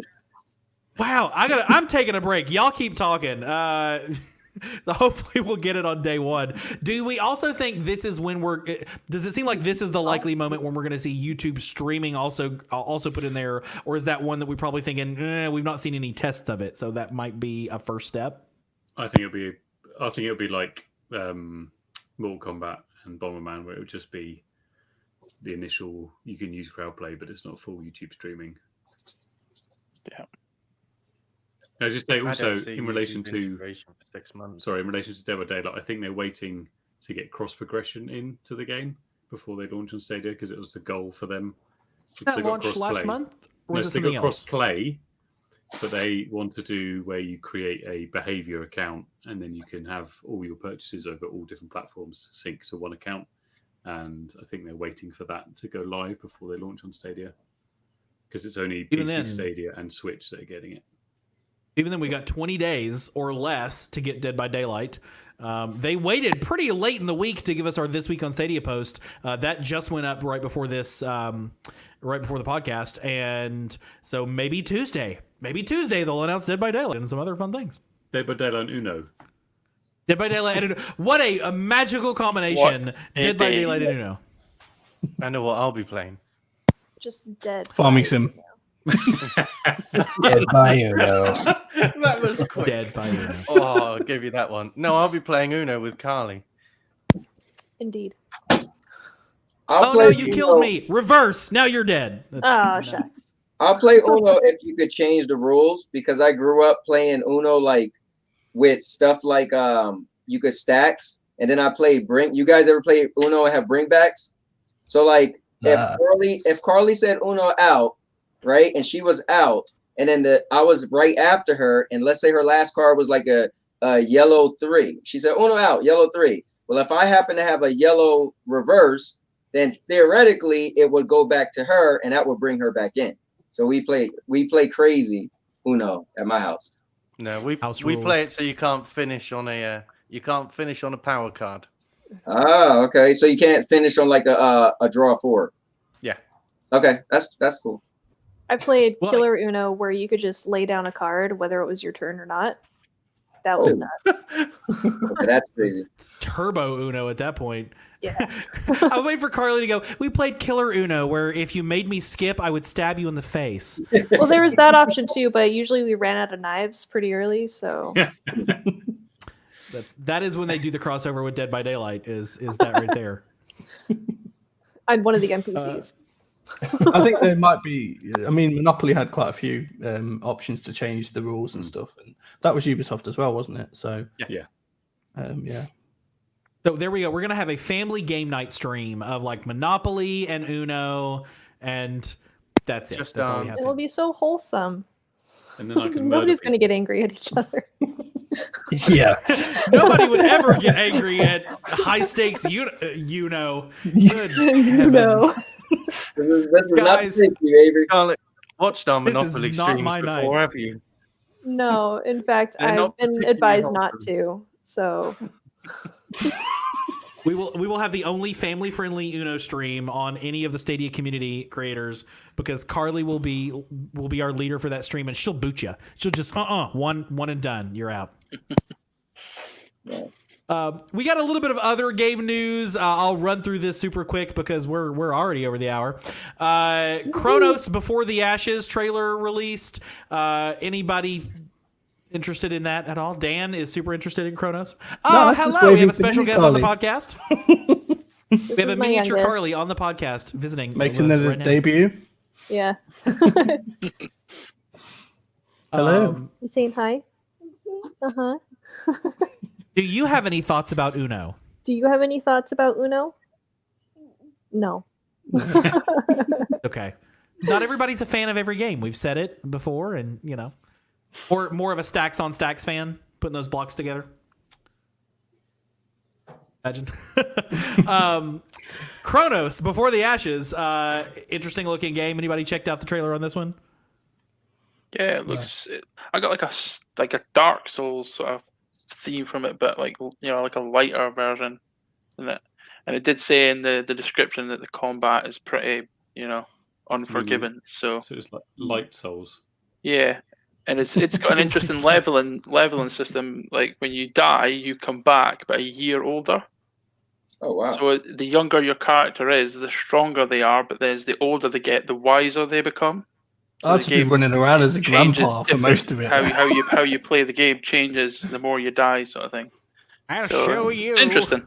Interesting. Back in my day. We got. We'll say hi to Jem in the chat. Jem says hi, but then Eli steals the tag. What's up, gamers? Jem here. Come on, Jem. Okay, we'll give you the thing. We got people. We even have people saying hi in the chat to our lovely kiddo joining us today, joining the Uno Club. At least I would assume that means what you're saying, or that could be. There's also a very large discussion of being bald in the chat right now. So we have interesting things happening on both sides of that. So. Ghost Recon Breakpoint Red Patriot launching next week, and the Division 2 The Summit launching the week after. Do we have strategic military shooter fans amongst us? I played that was ages ago. What was the one that like Daisy branched off of? Arma. Yeah, I played that a long time ago. Probably like 5 or 6 years ago now. I loved that. But that's probably like the closest I ever came to like something military. Terrible. I gameflied both of those games, and I played them both for about a month. But I never like made it my main game. But they're both kind of cool. But Whereas I've completed both of them, the campaigns. I mean, I think I'm probably about 90% completed on Breakpoint in terms of finding all the collectibles. But my God, it's slow progress on that game because the map's huge. It just takes forever getting from one side to another. But I'm actually looking forward to this new content. I didn't notice whether or not we have to pay for it. I'd love to not have to pay for it, but I imagine we will have to pay for it. If you've got the year one pass, no. If you It's the don't, last bit you of can the get it as a standalone, but you can play the first 2 missions for free. Oh, well, that's good. That'll help being able to play the first 2 missions. Then I can really want to spend my money, but still not be able to. It's enforced restraint on that. So yeah, I mean it's still good to see these games coming out with new things. Of course, the Borderlands 3 DLC dropped today. The fantastic Fuster Cluck, very carefully spoken, and other games launching today. So it's good to see that Stadia is keeping up with these. Everybody said, "Oh, there's no games on Stadia." The games that you're already playing are there. They're there, guys. But you can stream them from wherever you want. Last thing that kind of hit this week was the ability to play Stadia on iOS or the Safari browser suddenly appeared for some folks in very limited and not super workable ways.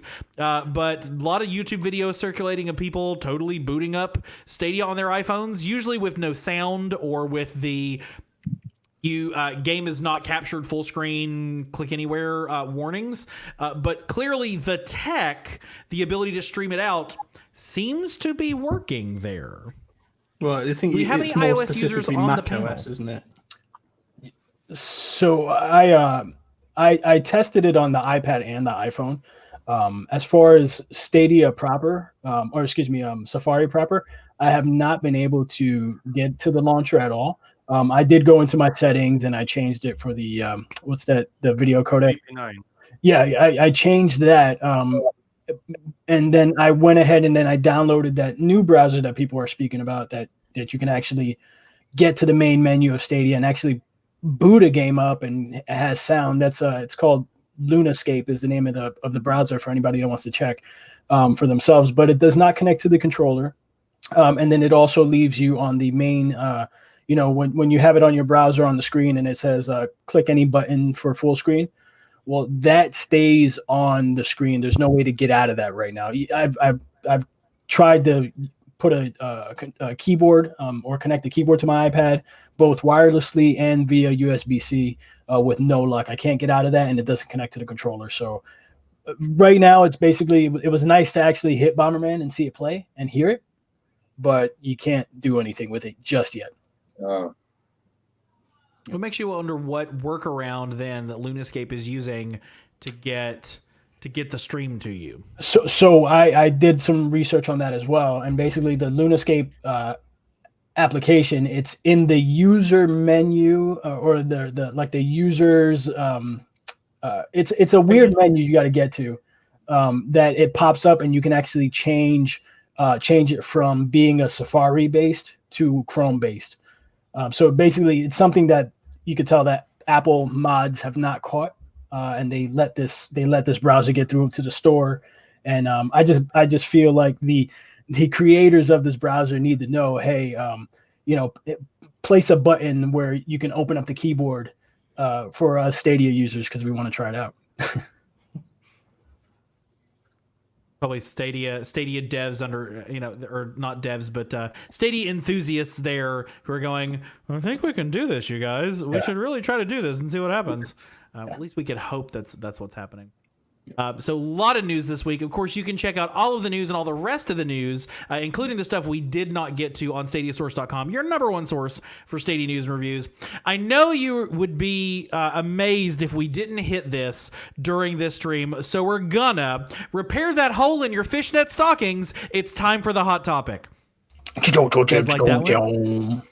Oh, hey, we got theme music now. We're gonna clip that out and just and layer that in. As I got you guys. For this. I got you. So of course we got to talk about the next gen of Xbox and the Game Pass announcements that came out this week. For those of you who are living under a rock or just don't care anything about Xbox, which, if you're watching the Stadia Source Roundtable podcast, that might be you. The Xbox Series X, which is a digital only console, was announced at a whopping $299. Very, very low price there. That's basically the same cost as a Nintendo Switch. And the Series X announced at $499. Which is right about where everybody kind of sort of expected that to be. And along with that, kind of the big news that the Game Pass subscription, Game Pass Ultimate, which comes with, you can download games on your PC, you can download games, you can play via xCloud. I don't know if it's just Ultimate, but at least Game Pass is loading in EA Play. EA's subscription service will be paired into that. So the question that I have for the panel on this is, what do you think do you see? I had the question for the panel and it left my brain. Guys, I don't know what is happening to me today. I need to take a vacation, clearly. The question that I have for the panel is, do you see Stadia as a competitor in this generation? Do you see it as a companion device in this generation? Do you think that these Xbox announcements, particularly the price point, move the needle at all as concerns Stadia? Carly, I want to get your thoughts on this. Okay. Sorry, I was trying to make sure I remembered your question because little one. So I am primarily a console player. I've been playing PS2, PS4, so I am hardcore PlayStation fan. I have really enjoyed Stadia as a platform. It's opened me up to games that I haven't been able to try either because I didn't want to pay for it or I didn't have time to wait for it to load or whatever. For me, I don't really I'm not that person who's like, I have to have only one thing, because I love my Switch and I still play on my Game Boy Advance. So I have my different systems for what they're used for. My Switch, I have, everything Nintendo game and things that are more Nintendo styled games. For my PlayStation, I have like all my story games. So I have Horizon Zero Dawn, I got Spider-Man, I got all of those kinds. Stadia is where I've finally been able to do online stuff, which has been really awesome for me. So I keep Stadia for that kind of thing. While I may not play Destiny all that much, I enjoy playing it because I get to play with my friends. So I don't see myself shoving Stadia to the side because I'm going to have my PS5. I'm going to have Stadia, not physically right next to it because it's just the CCU, but I'm going to have Stadia right next to my PS5 because of what it adds to what I play. And that's a lot of folks are struggling with the idea that you can do more than one thing at one time. Lee, I know this was a topic of conversation in the community today, that it's totally possible to like more than one thing at a time. What are your thoughts on that? Yeah, I mean, I tweeted it out the other day as soon as Xbox made the announcement. We all knew the Series S was coming. It was one of the worst kept secrets in gaming, really. But the capability of the console and what it can do for the price point that Microsoft have put it at is very impressive, especially as it's a next-gen console. And that's going to appeal to a lot of people because, the way the world is just now, people maybe don't have as much money as they used to have. They want to get an next-gen console. £249 here in the UK is pretty good, to be honest. And as I tweeted out the other day, next-gen for me will look like Stadia will be my main platform. I've always been like Carly, a console gamer. I've got a PS4 Pro. I've got an Xbox One X. I've always been a big Xbox gamer, a big Xbox fan since the 360 days. So next gen for me will be Stadia as my main platform, and I will get an Xbox Series S for the games that I can't play on Stadia. I can't get the next Call of Duty on Stadia because it's not coming to Stadia. And I've always enjoyed the Xbox exclusives. I'm a Gears fan, big Forza fan. You've got the new Fable coming. These are series of games that I've always been a big fan of. So yeah, I mean, I see Stadia as a companion, but there's room for more than one platform in your life if that's what you want to do. If you just want to stick to one platform, stick to one platform. But you don't have to feel as though, I can only play Stadia or I can only play PlayStation. I can't play anything else. If you've got the time, if you've got the money and you want more than one platform, then go for it. Go for it. Enjoy the games. So we listen to IGN a lot, me and my husband, and they pointed out that $300 for the Series S has opened up the door for tons of people to be able to get that next gen, because if it was priced at $500 for the S, you've knocked out a ton of people. They pointed out that $300 is edging more towards the impulse buy. Well, okay, $300 is a lot. If it had been priced any higher than that, then people aren't going to be like, I can totally, with 300 they can say I can totally get that, maybe not right away, but they're like, I can save up for 300 better than I could save up for 500 or whatever. Like, we are more than looking forward to, not right away, but adding on a Series S to our PS5 because it's available now in a price point that we actually can deal with. And can't you get financing for it as well? Right, the subscription, the $25 access pass gets you the S plus the Game Pass, so you just get the console and the games right away for $25 a month. Yeah, and it works out until it's like paid off, right? But then it's still $25 even after that. I don't. Yeah, I mean, it works out. You get the console, and then you get 2 years of Game Pass Ultimate, which of course is going to be bundled with EA Play as well come the holiday season. So I think, you sit and work it out. By the time you've paid it, for that, as it was a 2 year period or whatever, you've actually paid less money doing it monthly than you would if you bought all that in one lump sum at the very beginning. Okay. So, Adam, I know for one of the biggest announcements that have come out on this is the bundling of EA Play with the Game Pass subscription. Of course, we've talked about Uplay Plus. Do you think this puts a little bit more pressure on Stadia to go ahead and get Ubisoft to roll in Uplay Plus into Stadia Pro?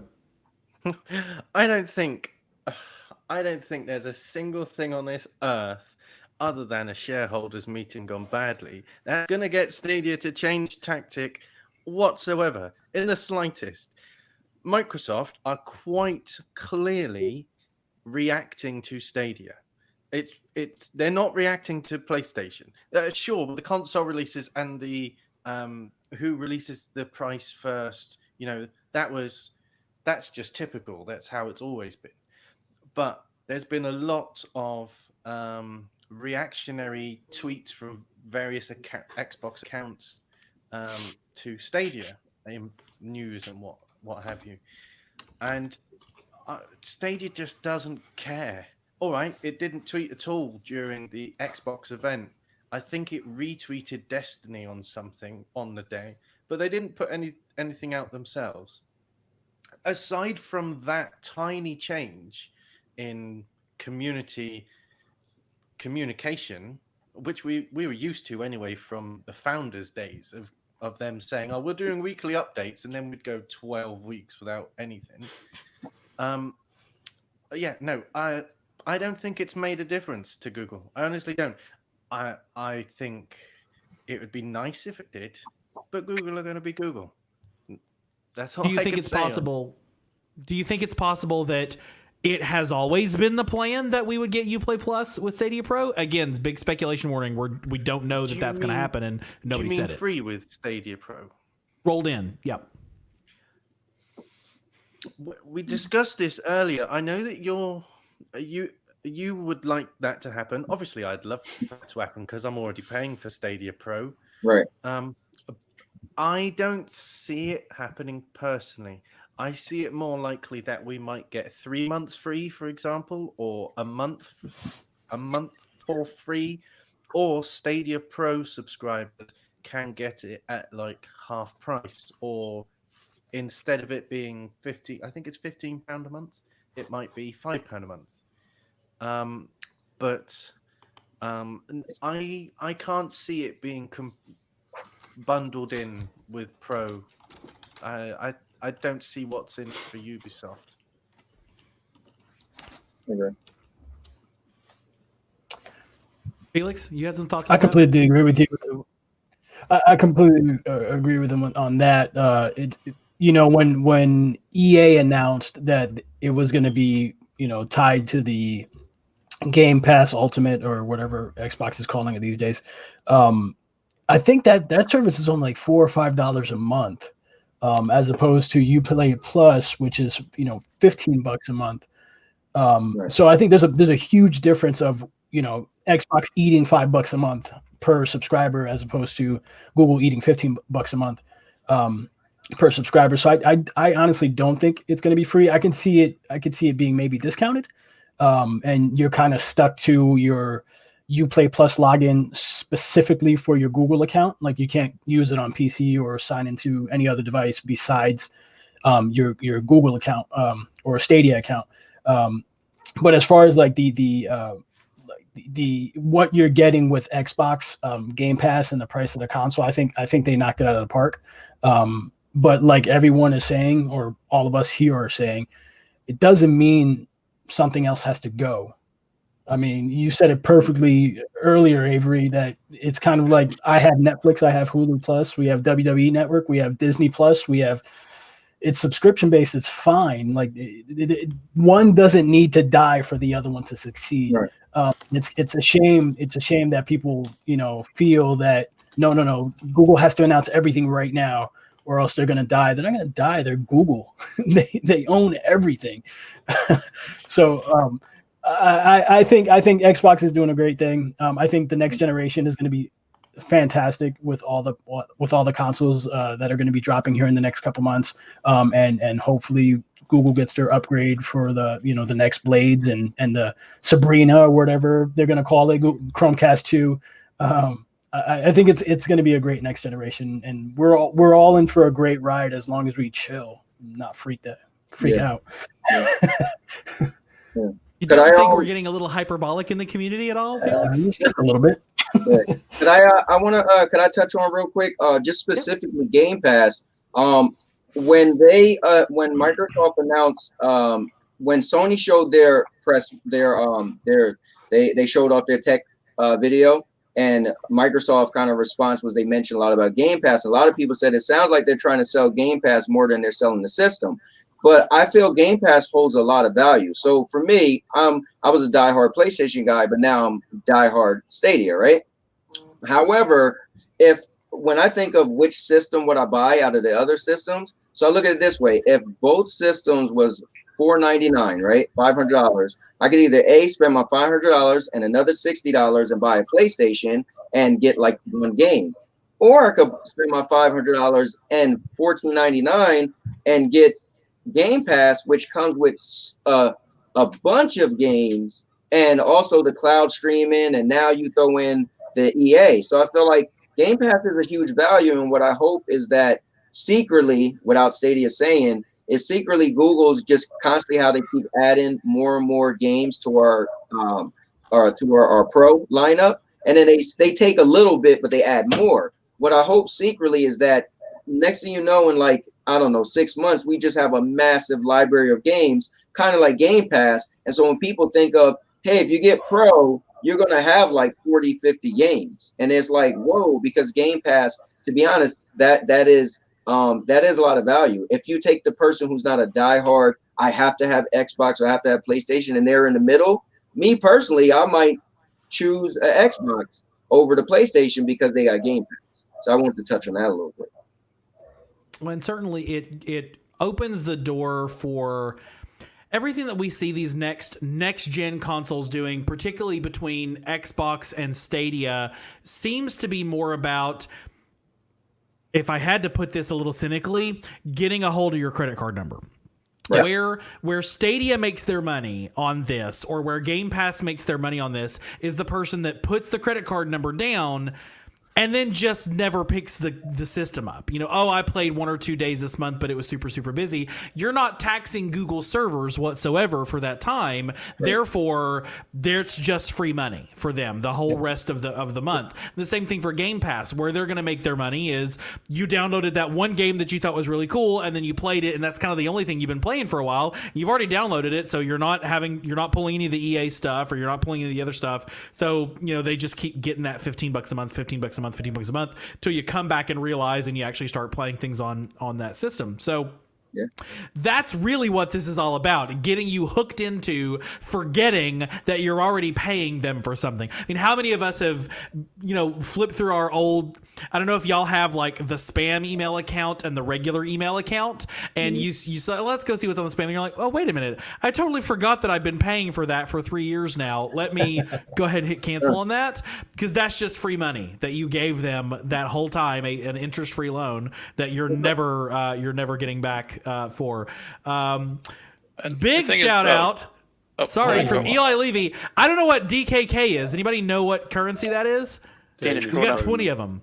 I was going to say Donkey Kong then, but Donkey Kong currency coming from Eli Levy saying Stadia over xCloud any day. Thank you, Eli, for that. That's either like $400 or it's 38 cents based on the conversion. We have no way to know. But Eli, big shout for you saying hello.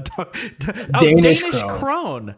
Danish krone. Okay, I have no idea what the conversion, but hey, we appreciate it regardless. Thank you so much for your support. And yes, you know, I'll say for me, I'm buying. I'm getting Game Pass Ultimate next week when it's released to everybody else, because there are games on Xbox that I want to play. I want to play Crackdown. I want to play Fable when it comes out, and I can do both. Like I'm thankfully in a position where I have an extra $15 a month to go along with the $10 a month I'm already giving Stadia, and we're finally reaching that moment. I said this on either Twitter or Slack or whatever.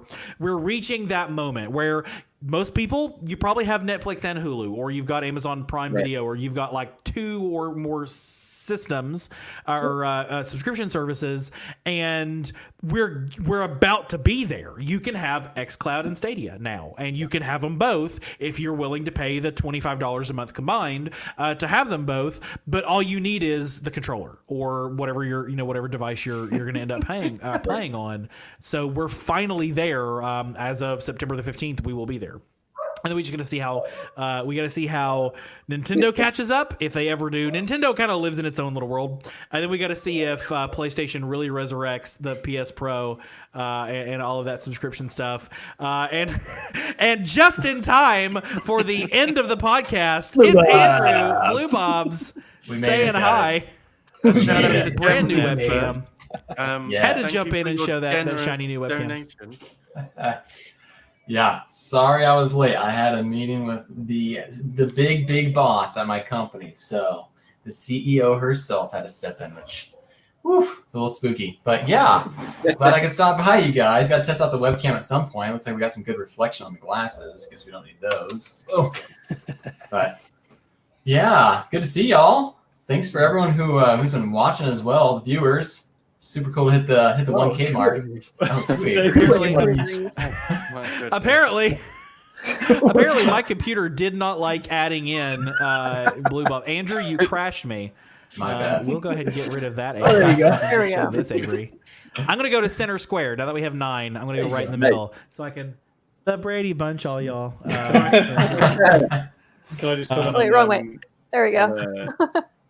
All right, and big thanks to Gem Stadia splitting that generous donation between the 8 of us. You probably already said it while I was disappeared from the stream, but thank you. What's up, Gem Stadia? We appreciate the super chat. Thank you.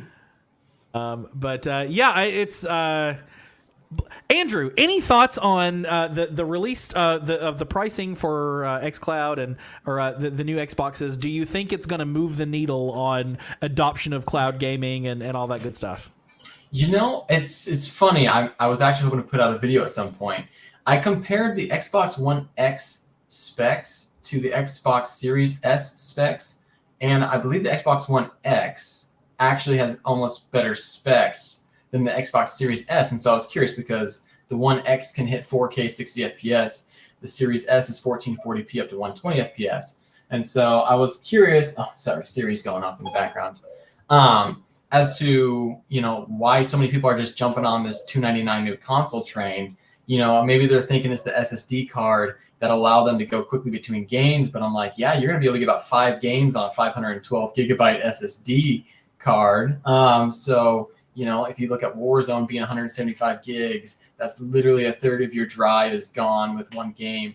In which case, if you need to get an external drive, then all of a sudden that whole idea of, hey, you're going to get an HDD, which removes the whole quick loading time. So, but as far as a cheap console, I think the Series S is going to be the biggest xCloud, I feel like, benefit once they kind of get to that point. But I'm hoping. I mean, again, obviously it's competition, but like I think most people, it's always good to have competition because it brings out, better products and it forces companies to bring in good prices and competitive stuff. So, but yeah, it's all very, very exciting time to be alive, Definitely. The rising tide that lifts all boats. Yes. Y'all know that, my favorite saying. By the way, we have a new hashtag for Dan.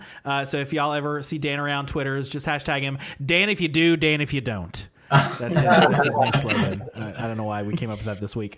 I think it's no matter what happens, we're in an exciting time for gaming. The beginning of a new generation is always a really exciting time because we start to see, what they did with the Xbox, One series to what they're doing now is so radically different, and the games are that much better and blah blah blah blah. So now we're at the beginning of the next generation, which they're going to do some killer stuff, and then 2, 3, 4 years down the road, as it gets better and better, and they release the Series XP Plus and the Series XSSXB, and all these the next generation of all of those, then we're gonna see even more.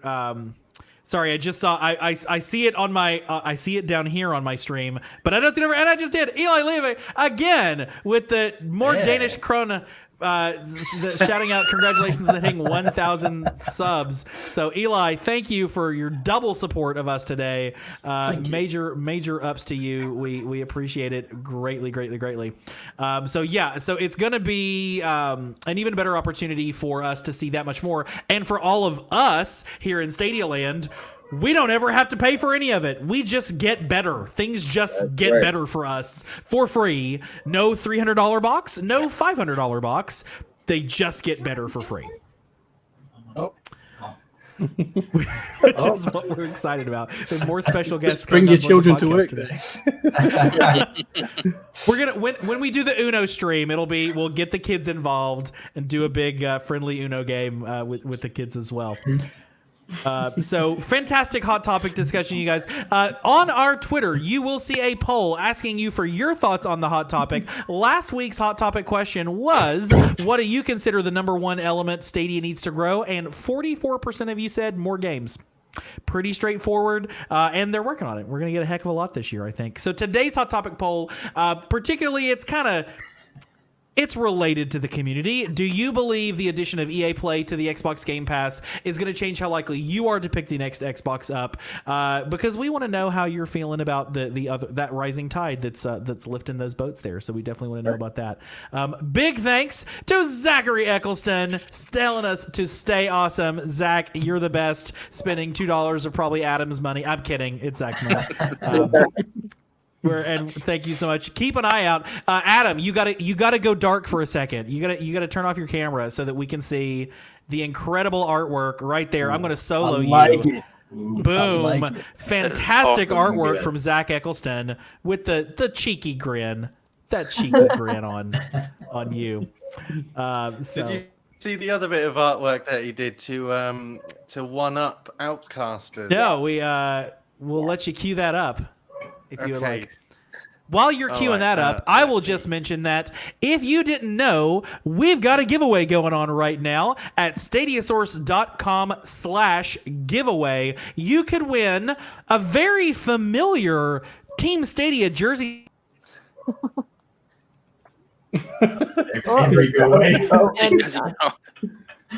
He's realised he's not got his entry in, so he's just gone quick to do it. The excitement became too much for him. Yeah. Here he is. He's coming. Next Tuesday, guys. My new computer gets here on Tuesday, and I will finally StreamYard will not hate me. Chrome just goes nope, dead. Just every time we get up to one more screen, Chrome has just decided to be done with it. So if you want to win this amazing Team Stadia jersey style T-shirt, courtesy of the Ready Gamer One shop, head to stadiasource.com/giveaway. Or check out the post on the front page of stadiasource.com. That amazing T-shirt. Yeah. Jim Stadia saying Chrome couldn't handle that sexy shirt. And you are exactly right, Jim. Chrome clearly couldn't handle it. Too colorful. So we'll bring up your post there. So you're absolutely right. So if you would like a chance to win that, check out stadiasource.com. Also, Lize, who I think might just happen to be. Oh, I know the picture of that cat. That is my lovely wife from another room over there, probably listening to me shout into my mic right now. Thank you. Oh, it's a day of love here on our 1,000 subscriber stream. Avery, can I take like 30 seconds just to apologize and thank the people who I spammed to subscribe to the channel? So I just want to say sorry, guys, and I also appreciate you for subscribing. So I'm sorry. So over the weekend, we were sitting at like 980, and Anthony goes, "Oh, I'll fix this." 969. 969, and Anthony's like, I got this. And so he's like, give me 5 minutes, you guys. And we're all just kind of sitting there in the Slack. And I always have the page open to see ours, because I like to know how many subscribers we have, being the YouTube manager here. And I just like, oh, we just added 5 people. We just added 4 more people. We just added 5 more. What is happening? And then that little ticker just kept going up and up and up and up. And Anthony's like, yeah, I just invited literally everyone I know to subscribe to the page. And then we just blew right past 1,000 like same night. tonight, and we're all just freaking out in the Slack. Dan's at a party, is not even paying attention to any of this stuff. We're blowing up his phone. I was drunk. Dan.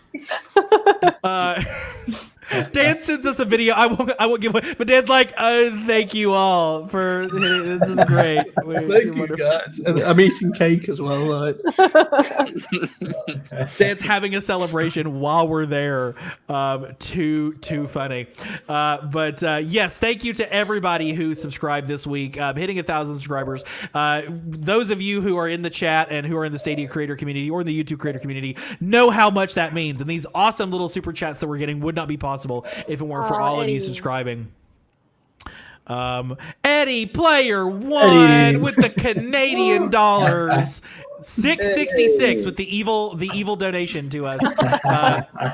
The mark of the Eddie. Eddie Player 1. So thankful to everybody who's supporting us for this. And guys, Eddie Player 1's about to do a 24-hour stream. So he's setting it up for us because we're going to do like 12 hours and 12 hours. But Eddie's taking it all the way to 24. So if you have not already, subscribe to Eddie Player 1. And Dave, we absolutely will keep doing the Bomberman streams. In fact, I'm going to do one this weekend. So after Eddie, watch Eddie the whole weekend long. And if you're not Stadia it out, keep an eye on Stadia Source Stadia Source Source Feed Live because I will absolutely do a Bomberman stream this weekend. And we appreciate everybody's support. Adam, did you have that amazing other artwork that you wanted us to see? Yeah. So just a little quick run through first. Now, and watch, he's gonna hit share, and I'm gonna disappear. So just be aware, Chrome's not gonna like this. So just a quick before we show my screen to if you don't know who Outcasters are, if you don't know what Outcasters is, sorry, it's games coming to Stadia made by Splash Damage, who worked on Gears and. Anyone tell me what else? That's all I remember. Yeah, Gears. Okay, so Eddie has been trying to get a victory screen. God knows why he wants a victory screen more than actual gameplay, but he wants that victory screen. I handled the Stadia Super Saturday Twitter account, and I tried to get a little bit of interaction from the Outcasters Twitter guy, and he kind of dodged me. So I sent him a message saying, like, "Hey, this guy's just fired shots at you," and he says, "I don't talk to amateurs." Fast forward, and he sends this picture. If you're able to see my screen, I can't see if I'm showing my screen. So Yeah. Okay, so this is from the Outcasters Twitter. And this is him drawing a winning screen, right? And I said to Zach, Zach, I need you to get on the tablet right now and draw me a picture as quickly as you can. And I replied with this. How's this for amateur? Oh. Classy. It was fantastic. Ultra classy. Yeah, if y'all are not following Outcasters, they are doing their darndest to have a super fun stream. And for some reason, Eddie is just like, it's the two of them. They printed out tweets of each other. Like, there's some kind of rivalry happening there, and I'm here for it. I'm absolutely here for it. It's like a reluctant bromance. At some point, Eddie, if you don't get the Outcasters team to come on your shows at some point, we're all going to be incredibly disappointed. You absolutely have to. Eddie Player 1 on YouTube. Go check him out. And that's Eddie and Link TV guest, impromptu Super Bomberman R guest this past weekend, and future guest of the podcast on there. So absolutely fantastic, guys. Don't forget, enter the giveaway, stadiasource.com/giveaway. That's where we were at the beginning of all of this. If you would like to be a... I started that sentence and it didn't go anywhere I was planning to go as soon as I looked over the show notes. The worst podcast ever, you guys. So great to have everybody on tonight. It has a full crew, a full house from the Stadia Source crew, and so great to have all of you on tonight. You know, we never do this, but I'm going to do it tonight because we have turned a corner in the Stadia Source Stream Team Dream Team. So I want to give everybody an opportunity to shout out your own personal Twitter accounts or Instagrams or Twitch handles or your own personal YouTube channels that we'd love for you to show my team some love and show the reviewers and news crew some love here. So Lee, if people want to follow you online, where would you like them to follow you? You can follow me on Twitter. It's C_Troot. And I can promise you it'll be interesting. That's for sure. But yeah, follow me there. I'm always talking about games, Stadia, obviously Stadia a lot, and other goings on in the gaming industry. So come on check me out. Thanks, and glad to have you on the show tonight. Dan, where can people find you online? _X2I_ on Twitter. Do not miss the underscores off, otherwise you might end up seeing something that you don't want to see. So Good some to know. uncouth character got that game attack, that handle before I did, and is using it to flaunt himself. So, yeah. I should add, the same as Dan, do the same with the sea troot, because if you just put in sea troot, you will find some other random guy who's just holding a fish. And if you want a random guy just holding a fish, you got to get RC Troot. That's who. Exactly. That's who you want. There, F Tendo. I wonder where people can find you, F Tendo. I can be found on Stadia Source, and also Twitch as Ftendo, Twitter as Ftendo, MySpace as Ftendo. Not on MySpace. Zynga. Find a Zynga journal. and on Stadia, Club if you want to Penguin. get with me, it's F on Stadia, founder. EFF. Testing. If you only got the one letter, that'd be awesome, but they probably are already taking on that. Dom, where can people find? And thank you for being on the show tonight as well. And Dan, thank you for being on the show. I forgot to thank you for being on the show. We're glad to have you. Dom, where can people find you? So I'm on Twitter. I'm Dom_WhatAreRice. I'll put it in the chat. I've been meaning forever to ask you what that means. So- I don't think it's your name, right? Rice? So WhatAreRice was like my first ever gaming name. Well, it was like one that I used for like a long period of time. Was it auto-generated? No, so it was actually my brother and I years ago played through Gears of War 1 and completed together. Interestingly, we're both called Dom and Marcus, which are the two brothers in Gears, but random. And at the end of the game, there's the credits, and all the like devs had their own little line or whatever, and I was like, "Oh, great game, great for working." Blah, blah, what an amazing team, blah, blah, blah. And then one guy just put WhatAreRice. And then from then on, I just thought, that's quite funny. And it just became my game name. So some people know me as that on games and stuff, so that's why it's on my Twitter. Love a name with a story. There you go. And I'm just Dominic on Stadia. Someone had already taken Dom. Damn you. Pretty close. I'm sure they meant it as short for Dominic and nothing else. Yeah. Thank you for being here tonight. Adam, where can people find you, our original penguin? Okay, yes. So you can find me on Twitter as Original Penguin, but the problem is when you type Original Penguin, you get a verified clothing brand. I've been linked by verified accounts a couple of times because they've done it wrong. And because of this, the L in Original is a capital I. That's how you find me. Origini penguin. Exactly, Origini Penguin. However, on Stadia, it is an L, and it is Original Penguin. And it actually I'm so grateful it fit in the 15 characters. Learn something new. Perfect. Blue Bobs. And thank you, Adam, for being here tonight. Andrew, since you did get to join us tonight for the stream, where can people find you? Barely squeeze it in. Blue Bobs. This hand, that one right there. That's Twitter. That's Stadia. I do also have a Facebook page that I stream to on Facebook. It's called Stadia Gamers. However, if you follow Avery on Twitter, don't worry about following me because I just retweet Avery every time. So you don't need to double up. But that's basically the social media accounts that I'm currently using. And yeah, Blue Bob's on Stadia. So if you ever want to co-op or join, and I've had a random person, Orcs Must Die 3, hit me up, so that was super fun. And we knocked out the first war scenario, and he was super appreciative, and it's a lot of fun. So yeah, thanks again, you guys, for the 1,000 subs. It's awesome. One of these days, I'm going to find somebody to play Orcs Must Die with. Thank you for being on the show tonight. Yeah. Anthony, where can people find you online? I think I'm the world's first Stadia Avengers channel. But guys, if you want to play Marvel Avengers on Google Stadia, please check out my Facebook page called Stadia Avengers. Check out the YouTube channel called Stadia Avengers. Check out the Discord called Stadia Avengers. Also, you can find me doing anything you would think of on my everything channel called And Now Your Mama Knows. Just like that. And now you spell it all out. And now your mama knows. And you can find him on Twitter at now and now your. That is true. It's a very long name if you could put the mama in there too. Yeah. You dropped the mama before then.